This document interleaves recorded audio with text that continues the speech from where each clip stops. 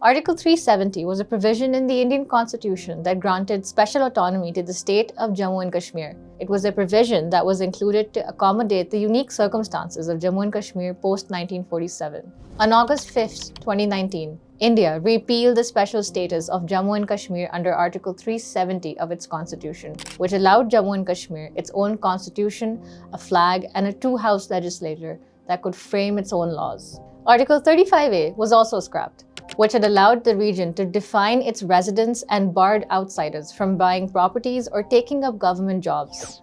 Meanwhile, the state was divided into two centrally ruled union territories now called Jammu and Kashmir and Ladakh. The Indian Supreme Court is hearing petitions challenging legislation that has stripped Jammu and Kashmir of its statehood and special status on August 5, 2019. The petitioners apprised a 5-judge constitution bench that the abrogation of Article 370, which pertains to a historically religious minority, is a regressive step, and that the constitutional promise made to the people of Jammu and Kashmir must be upheld. In its hearing on August 17th, the Supreme Court appeared unenthusiastic to accept an invitation to judicially review the wisdom behind the government's decision to abrogate Article 370. The bench also said that Schedule 1 of the Indian Constitution contains the list of states and union territories and their extent and territorial jurisdiction, and Jammu and Kashmir figures in this list. During the hearing, Justice Sanjay Kishan Kaul observed that the real issue is whether the process adopted by the federal government for abrogating Article 370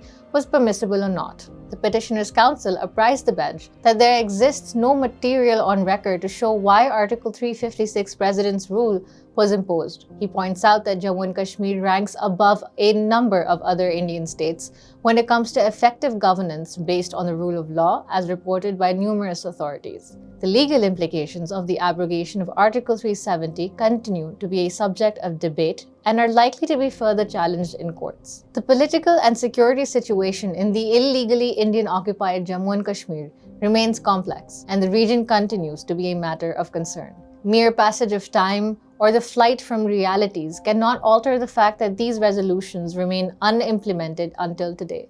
UN resolutions can never become outdated or obsolete or overtaken by events or changed circumstances. The passage of time cannot invalidate an enduring and irreplaceable principle, the right of self-determination of the people of Kashmir. This right is wantonly being violated and reduced to inconsequentiality. Such violations cannot be allowed to persist.